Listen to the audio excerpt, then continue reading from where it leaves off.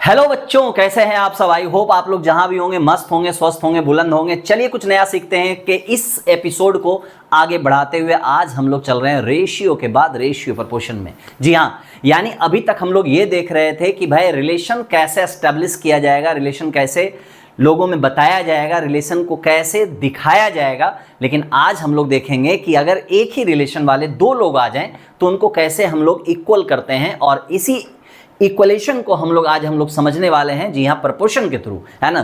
तो क्या होता है रेशियो एंड प्रपोर्शन। देखिए, प्रपोर्शन का सीधा मतलब ये होता है ना कि जैसा ये हरकत करेगा वैसा ये हरकत करेगा। क्लियर। यानी अगर मैं चलता हूं आपकी ओर तो हमारे साथ जो हमारी परछाई है ना वो भी चलेगा आपकी ओर। क्लियर। इसका मतलब ये हो गया कि जो मैं करूंगा वही वो करेगा, यानी जैसे हम सोचेंगे वैसे वो भी सोचेगा। तो इन सारी चीजों को हम लोग क्या बोलते हैं, प्रपोर्शन। क्या बोलते हैं, प्रपोर्शन। अब आइए इसको थोड़ा सा मैथमेटिकल भाषा में समझा जाए, है ना, कि प्रपोर्शन होता है क्या। तो इसका आप प्रपोर्शन से ज्यादा अच्छा समझ में कब आएगा, जब आप इसके हिंदी को देखेंगे, समानुपात। इसका मतलब क्या हो गया कि यानी समान का मतलब हो गया इक्वल, और अनुपात का मतलब क्या हो गया, रेशियो। यानी जब दो रेशियो आपस में अगर इक्वल हो जाता है, बराबर हो जाता है ना, तो ऐसी चीजों को हम लोग क्या बोलते हैं, प्रपोर्शन बोलते हैं। क्या बोलते हैं, प्रपोर्शन। लेकिन आई होप हमें लग रहा होगा कि आपको चीजें थोड़ी सी कम समझ में आ रही होंगी, तो हम लोग जब क्वेश्चन के थ्रू समझेंगे तो और भी मजेदार तरीके से समझेंगे।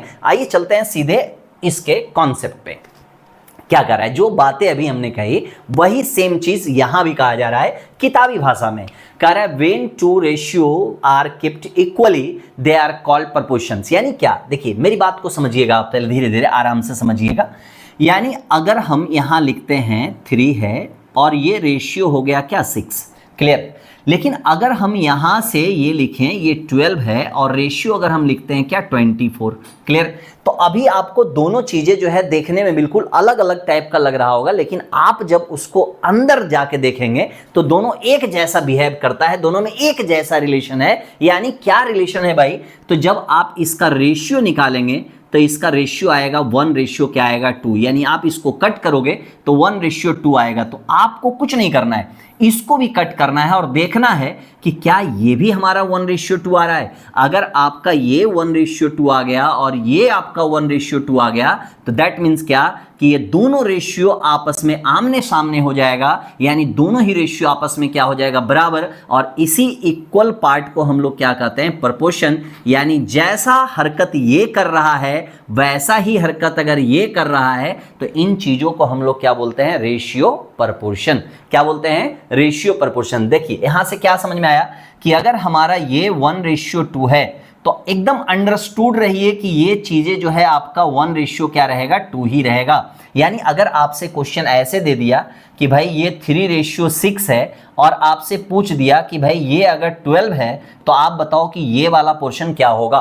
क्लियर। तो अगर हम इसके क्रम से अगर सोचें, फर्स्ट, सेकेंड, थर्ड, फोर्थ, तो यहां चौथे नंबर पर जो पोजीशन दे रहा है ना उसी को हम लोग बोलते हैं क्या, फोर्थ प्रपोर्शन। क्या बोलते हैं, फोर्थ प्रपोर्शन, मतलब चतुर्था अनुपात। क्लियर। अब चीजों को समझिए, जैसे हरकत ये वैसे हरकत ये। तो ये हरकत क्या हो रहा है, डबल कर रहा है। क्या कर रहा है, डबल कर रहा है। यानी 3 2 जा क्या हो जाएगा, 6। तो ये भी सेम हरकत करेगा, यानी 12 2 जा क्या हो जाएगा, 24। और दिस इक्वल टू क्या हो जाएगा, 24 is the correct answer. Clear. तो प्रपोर्शन क्या होता है ये आपको समझ में आ गया होगा। अभी हम लोग इसके बाद समझेंगे कि प्रपोर्शन के सवाल कितने टाइप से पूछे जाएंगे, और आपको ये भी समझना है कि how many kinds of proportion. Clear. तो आप इन सारी चीजों को अभी समझेंगे मेरे साथ। तो यहां देखिए, अगर मैं प्रपोर्शन की बात करता हूं कि इसको कितने टाइप्स में बांटा गया है ना, तो ये आप देखोगे क्या, 4 टाइप्स में बांटा गया है। यानी first proportion, mean proportion, third proportion and fourth proportion.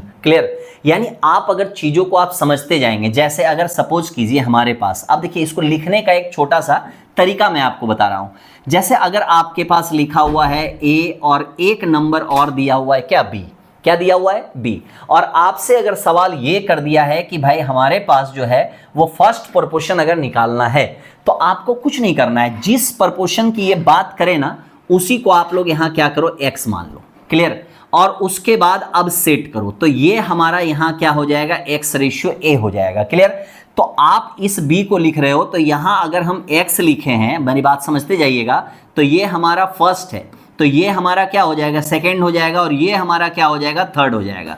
तो यहाँ जो सेकंड वाला नंबर पे जो आता है ना, वो मीडिएटर का काम करता है। दैट मीन्स क्या, वो आपको भी जोड़ेगा और मुझे भी जोड़ेगा, है ना। जैसे आप हमारे साथ जो है जुड़े रहते हैं, यानी आप जो है आप सुपर 40 गोविंद सर के इस चैनल से जुड़े हैं, तो आपको और हमें जोड़ने का काम कौन कर रहा है, हमारा ये चैनल कर रहा है। यानी आप भी इस चैनल पे देख रहे हैं और हम भी इस चैनल पे पढ़ा रहे हैं, है ना। तो हम दोनों का जो मोहब्बत है, हम दोनों का जो प्यार है, हम दोनों का जो लगाव है ना, ये किसकी वजह से है, तो सुपर 40 गोविंद सर के इस चैनल की वजह से, है ना। तो आप चीजों को समझिएगा। तो यहां ठीक वही चैनल वाला ही काम कौन करेगा, जो सेकंड नंबर में होगा। दैट मीन्स क्या, कि अगर इसके साथ अगर ए आया है, तो इसका मतलब है कि इसके साथ भी आएगा, तो जो सेकंड नंबर पे होगा ना, उसको 2 बार रिपीट करना है, इस तरह से। क्लियर। और यहीं से आपका सारा फॉर्मूला जो है जनरेट होता जाएगा। आपको कुछ भी रट्टा मारने की जरूरत नहीं है।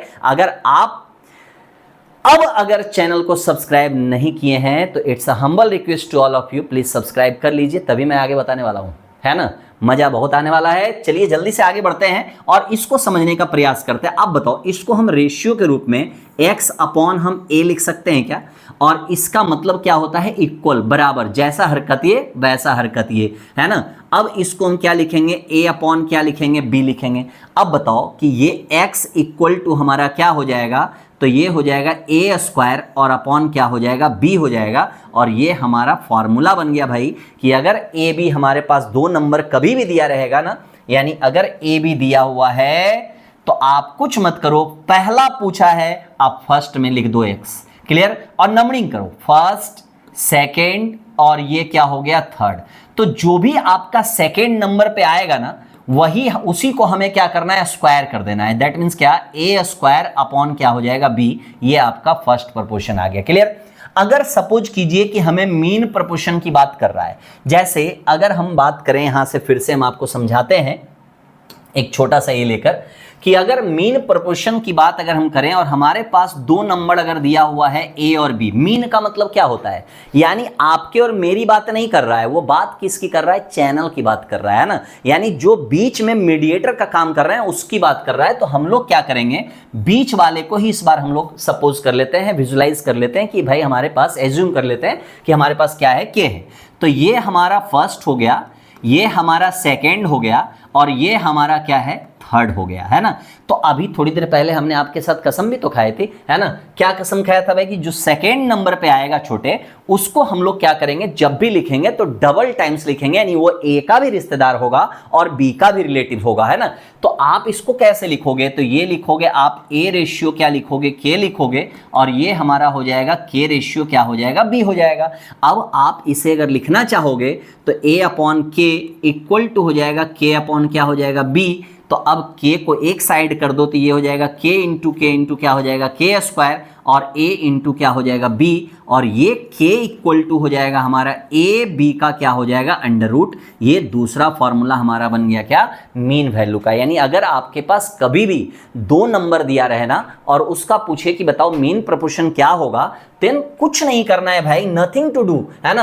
अब देखो करना क्या है, जैसे अगर आपके पास 9 है और 16 है, और इसका अगर हमें निकालना है कि मीन प्रोपोर्शन क्या होगा, है ना, तो आप कुछ मत करना, सीधे 9 और 16 को मल्टीप्लाई करके इसका अंडर रूट कर देना, तो इसका वैल्यू हमारा आ जाएगा 3 इंटू 4 इक्वल टू क्या आ जाएगा, 12 आ जाएगा। 12 is the correct answer. Clear. I hope आपको ये चीजें समझ में आई होंगी। अब हम लोग क्या सीखेंगे, यहां के बाद हम लोग देखेंगे क्या, कि भाई अगर हमसे ये पूछा जाए कि थर्ड प्रोपोर्शन क्या होगा, है ना। देखो और भी इंटरेस्टिंग चीजें होती जा रही है। यानी अगर आपसे पूछता है कि थर्ड प्रोपोर्शन क्या होगा, क्या पूछता है, थर्ड प्रोपोर्शन क्या होगा, है ना। तो थर्ड पूछ रहा है, तो आपको क्या करना है, प्रोपोर्शन अगर पूछे आपसे, और फिर आपके पास नंबर दिया हुआ है a और क्या दिया हुआ है b, तो आप क्या करोगे, आपको पूछा है थर्ड, तो आपको कुछ नहीं करना है, आपको क्या करना है भाई, तो यहां से हमें क्या करना है, यहां से हमें क्या करना है कि इस थर्ड को, फर्स्ट सेकेंड थर्ड, थर्ड को इस बार x मान लो। क्या मान लोगे? x। तो अब बताओ हमारे पास जो सेकेंड नंबर पे आएगा, तो ये हो गया हमारा फर्स्ट हो गया, ये हो गया हमारा सेकेंड हो गया, और ये हो गया हमारा क्या? थर्ड हो गया। यानी जो सेकेंड वाले का काम है वो इसके साथ भी रहेगा और इसके साथ भी रहेगा। इसका मतलब ये हो गया कि हमारे पास अगर A/B है और ये आपका प्रोपोर्शन है तो ये B x के साथ भी रहेगा। क्लियर? तो अब बताओ कि क्या इसे हम इस रूप में लिख सकते हैं क्या? यानी B अपॉन क्या लिख सकते हैं? x। अब आप इसको जब सॉल्व करोगे ना, सारी चीजें जब सॉल्व होंगी तो ये वाला टर्म इससे मल्टीप्लाई होगा और ये वाला टर्म इससे मल्टीप्लाई होगा। दैट मीन्स क्या? ये हो जाएगा a इंटू एक्स और ये हो जाएगा b इंटू बी, यानी क्या हो जाएगा? b square. तो आप x बराबर जब लिखना चाहोगे तो ये हो जाएगा b स्क्वायर अपॉन क्या हो जाएगा? a, और ये हमारा निकल गया क्या? Third proportion. क्या निकल गया? Third proportion.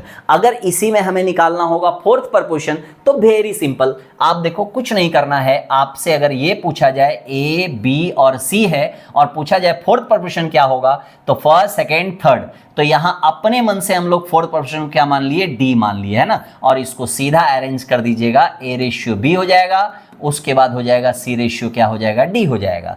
तो A अपॉन बी लिखोगे equal to C upon D लिखोगे और आपको D का मान निकालना है तो ये सब को इधर लाके ये कर दीजिए B इंटू C अपॉन क्या हो जाएगा? A, यानी दैट इज ये क्या हो गया आपका?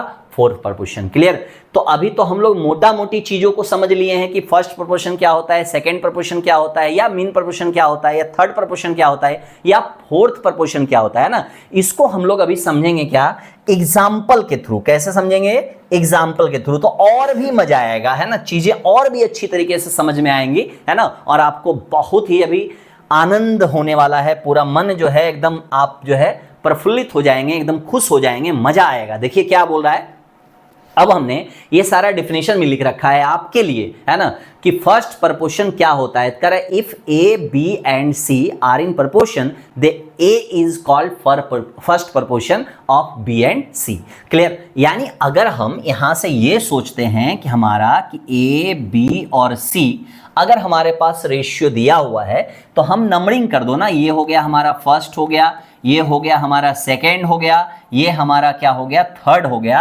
तो आपसे क्या पूछा गया? First proportion. तो हमने कहा है कि जिसके बारे में पूछा जाए उसको सबसे पहले साइड कर लीजिए, है ना। जैसे आप बताओ, कभी आप लोग बारात जाते हो ना, कभी बारात देखते हो, है ना, घर में कोई सी भी शादी हो रही है तो सबसे ज्यादा अट्रैक्शन का केंद्र कौन होता है ना। यानी सब दूल्हा को देखते रहते हैं। क्यों भाई? क्योंकि उसी की तो बलि मतलब सॉरी वही तो आपको देखने को मिलता है कि भाई इसी के कारण हम लोग यहाँ पहुंचे हैं, है ना। तो जाहिर सी बात है कि वही हमारा अट्रैक्शन का केंद्र होता है। तो यहाँ बताओ किसके बारे में कहा जा रहा है? फर्स्ट प्रपोर्शन के बारे में कहा जा रहा है। दैट मीन्स क्या कि तुम लोग फर्स्ट वाले को पूरा फोकस कहां करना है? फर्स्ट वाले पे।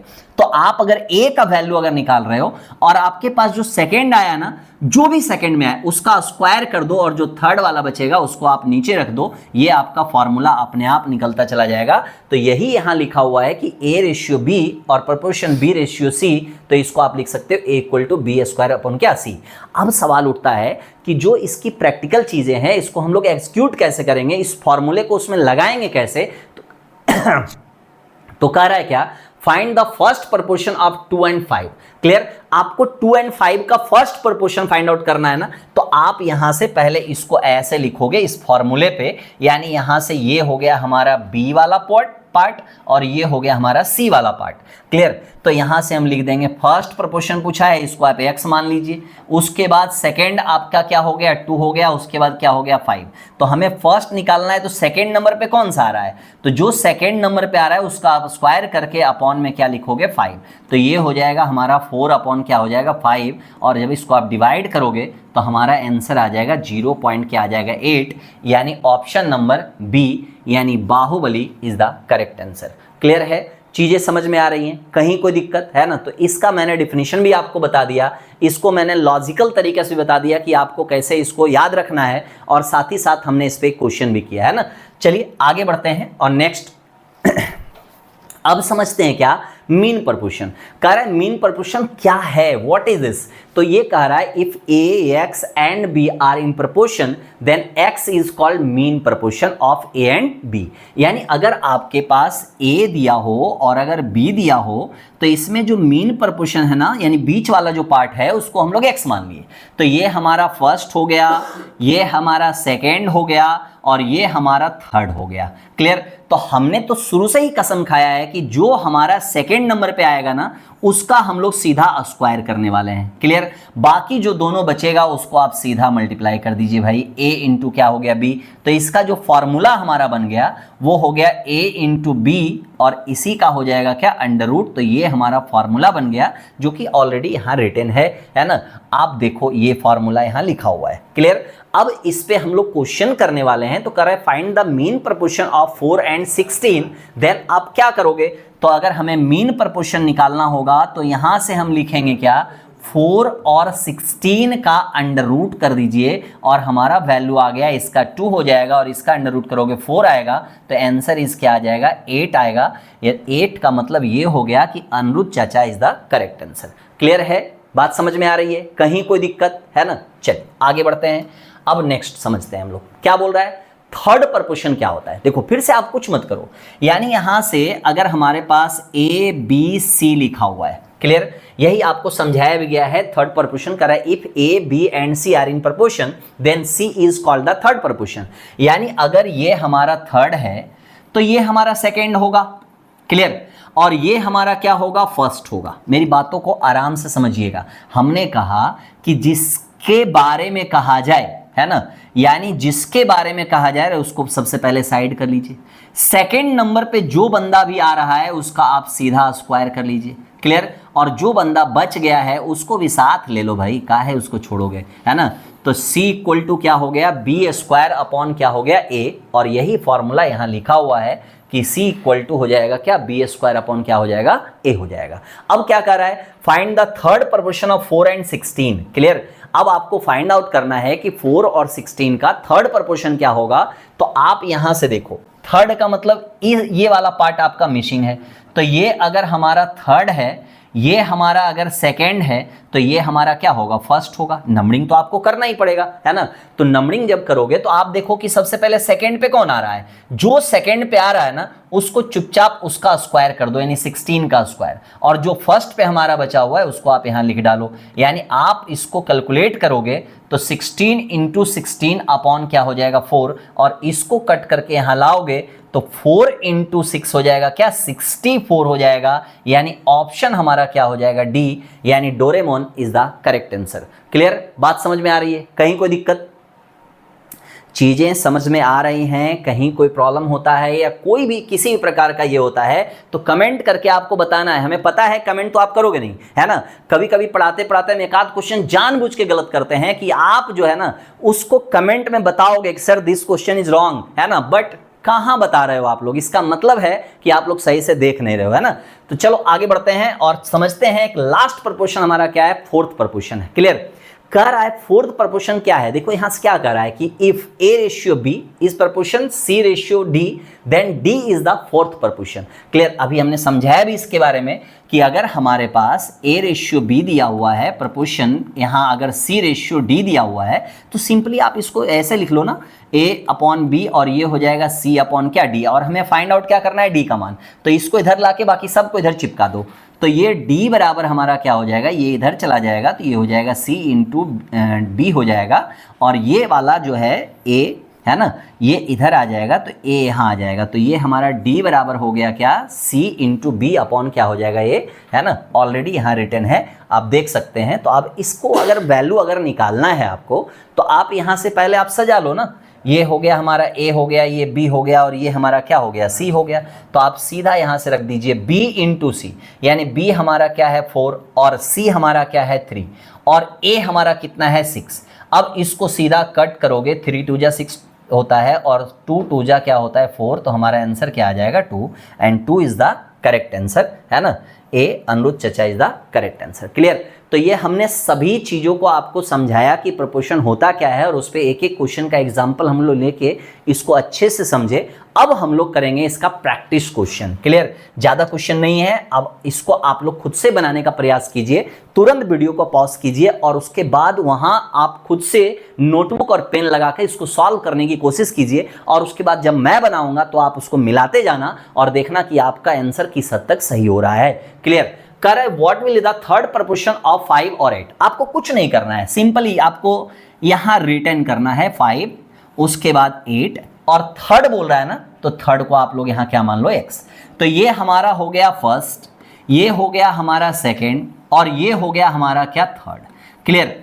तो जो थर्ड अगर निकालना है तो थर्ड को इधर अकेला कर लो। क्लियर? और जो सेकंड नंबर पे आता है ना, उसका आप सीधा स्क्वायर कर लो, यानी 8 इंटू क्या हो जाएगा, 8, और जो फर्स्ट में बचा है इस सेकंड को स्क्वायर करने के बाद ऐसे भी कोई ना कोई बचेगा, तो उसको आप नीचे लिख लेना। Clear?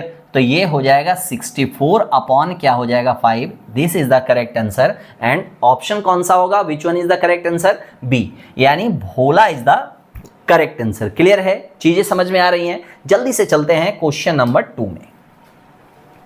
Next question is here in front of you. What will be the mean proportion of 4 and 16? Very simple question, you have to find this. अब क्वेश्चन को क्या करना है, मीन प्रोपोर्शन आपसे पूछ रहा है, तो आपको कुछ भी नहीं करना है भाई। जो दो डाटा दिया हुआ है सीधा उसका अंडर रूट करना है, यानी 4 इंटू क्या, 16। तो अब बताओ, इसका 16 इंटू 4 करोगे आ जाएगा 64, और 64 का वैल्यू क्या हो गया, 8, यानी 8 is the correct answer, again बोला is the correct answer. Clear? तो ये हमारा बहुत ही सिंपली तरीके से आंसर आ रहा है, लेकिन इसके पहले जो थ्योरी हमने बताया उसको आप अच्छे से समझोगे तो ये सब क्वेश्चन एकदम ओली लिली करके मार दोगे, है ना, एकदम बउआ वाला क्वेश्चन है भाई, है ना। चलो नेक्स्ट क्वेश्चन देखिए।